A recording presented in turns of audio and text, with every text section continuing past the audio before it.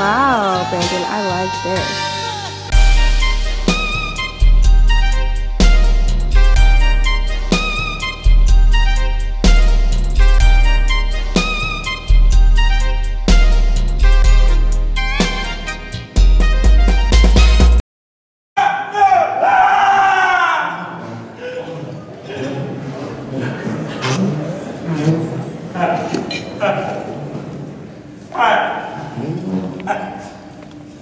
I am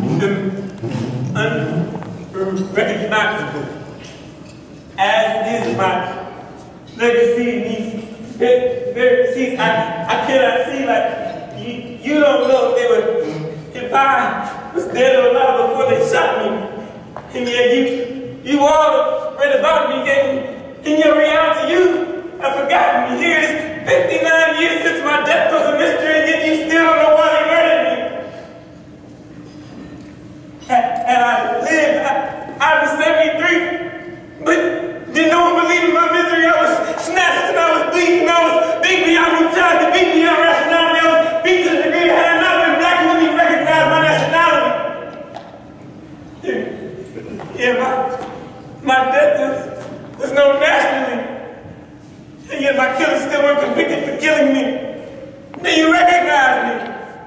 I am Emmett Till. A 14-year-old boy beaten to maturity back in 1955, Mississippi. Do you recognize me? Because if it wasn't for our color, would any of you, would any of us recognize each other? I am Emmett Till, and I'm still searching for the epitome of me. I see the bus pass every day, but to me, that was the way to live. I thought our non-violent actions would be the reason we were forgiven for whatever we had done. But the bus was one of the first places I realized there was a black world and a white world. But now on this day, I see there's just one girl. Not very possible about the actions of just this one girl, but about the actions of an entire race.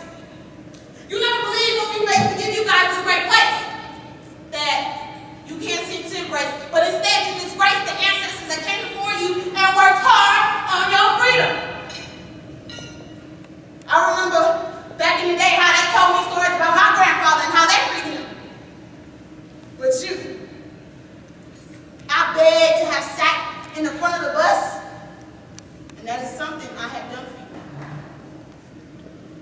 I get arrested by choice, but our people run from the cops. My career choice is limited because of the color of my skin. But my brothers and sisters still pushing mops. I would have been 101 this year, in case you ain't know. Yep, I only died 9 years ago, but change doesn't end when the editor goes to sleep. I'd be rolling in my grave right now, but instead I stand here, I read it, and I weep. There was no contract you had to sign, no obligation you had to keep. But why crawl under the hurdle when you have been given the opportunity to leave? We ain't do it for us because we knew God did it for y'all. Just so you and your white best friend could use the same star, but still.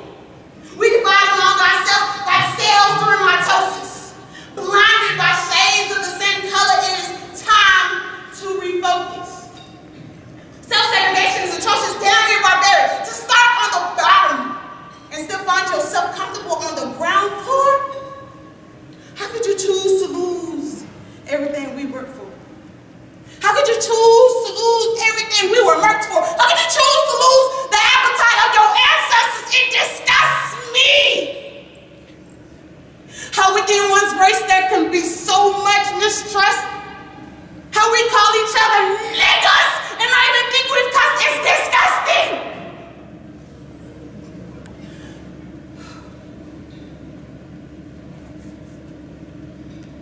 I'm not here to preach. I'm going to leave that to Dr. King. But faith is the assurance of things hoped for, a conviction of things unseen. And I had faith that we would never position ourselves to fight a battle that had already been won, because it is done. Take a ride in my seat. Feel the blisters on my feet. Now get your black ass up so this white man can have a seat. I wasn't doing it no more. People say I ain't get up that day because I was tired, but that isn't true. I wasn't tired physically. I ain't work harder than I usually do. People imagine me as old, but by God, I was only 42. But them Jim Crow laws, oh, I just knew I was through. The only tired I was tired of giving in.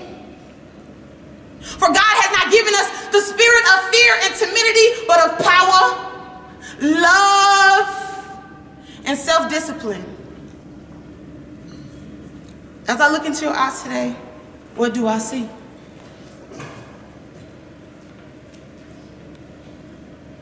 Nothing. I am Rosa Parks, and I'm still searching for the epitome of me. It pains me to see such potential go to waste. I mean, back in the 1800s, blacks would do anything for a taste of freedom. But y'all just squandered. You see, we were whipped and bruised by ignorant goons. If we attempt to read, now you have the right to choose. You drop out of school, don't be a fool. You mean to tell me I rose myself out of slavery, but you can't raise yourself up on the couch? The thought rose like a million needles sticking in my head all at once. Ouch. Though your bodies have escaped chains, your brains have not. Too foolish to know what you've got. Too worried about gold on your chain, gold on your ring, gold on your watch. I nearly vomited as I watched. You see, we were labeled criminals and bandits, with an oozing wound hid beneath society's undergarments that's going unbandaged. Of all races, jails are packed predominantly with black faces.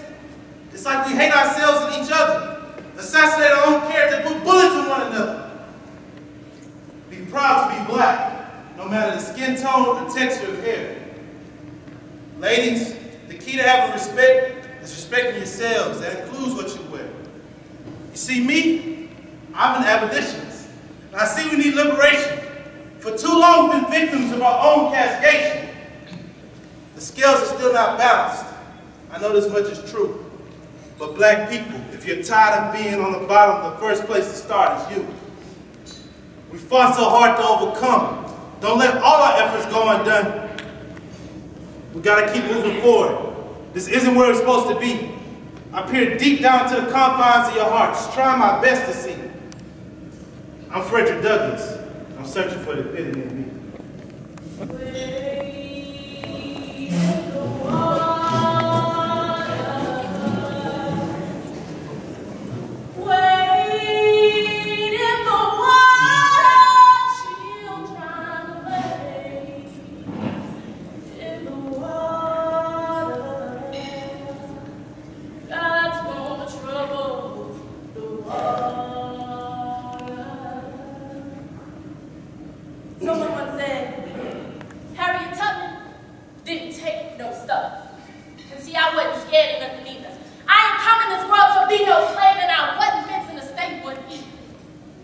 Yes, they called me Moses because I led my people to the promised land, which was my God-given right. But coming back to your day and time, my children, it's such an awful sight.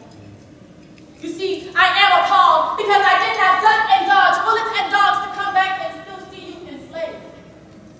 Now, you might not be a slave like me that was chained, shackled, beaten, and killed, but you become slaves to your so-called free will. You see, my daughters, I did not sneak your mothers out of bondage to come back and still see you bonded to the image of sex. Identified only by your hips and your thighs when these were the very things that unwantonly caught your master's eyes.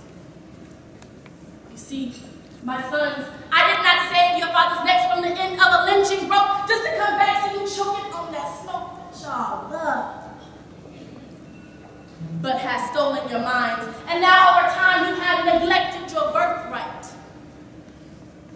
Back in my day and time, something within us told us to rise up and fight. So with that being said, I did not save your ancestors' bodies for your precious minds to be dead.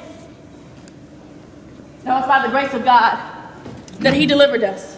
And he set us free. And he brought us farther than they ever thought we could be. But why in 2014 am I, Harriet Tubman, still searching for the epitome of me? All have a dream. But this nightmare around me hurts. We were supposed to change the world, but I suppose y'all chose to convert. The dream was to desegregate the world, but y'all continue to segregate yourselves. Light-skinned, dark-skinned slave mentalities change our culture. Slavery was killed, but its remains do vulture, consume, and reproduce new slaves.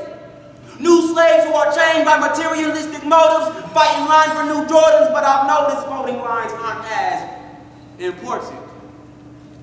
The dream was to show the world that every creation God created is beautiful. But black women chemically alter God's design, harming the covering of your mind. Black women's image murdered. Black men won't attend the funeral.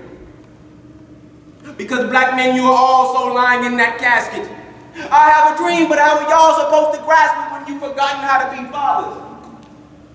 Creating baby mamas, it's funny that through the drama your children learn how to act. Your daughters confuse erection for affection because you didn't love her enough to make an impact. And your sons are clueless on how to lead because you didn't give them an example to shadow. They grow and they drown in an ocean because you didn't teach them how to swim when the water was shallow. Ooh. You're so shallow. I have a dream. But I don't see how y'all can fight the cruelty of racism with love. Fight the cruelty of colorism with love. Fight hate with love. When y'all have forgotten that black power is love. I have a dream. I thought we had a dream. But I must ask myself, is the glass of equality half full or is it half empty? I am Dr. Martin Luther King Jr. and I am still searching for the epitome of me. My people, they're hiding our history and changing our culture. Yet they bite off our style like vultures. See, my people created math, but they don't tell y'all that. I guess they don't want us to know Jesus was really black. The American Eugenics Society was created to kill black babies. Y'all, you and you too.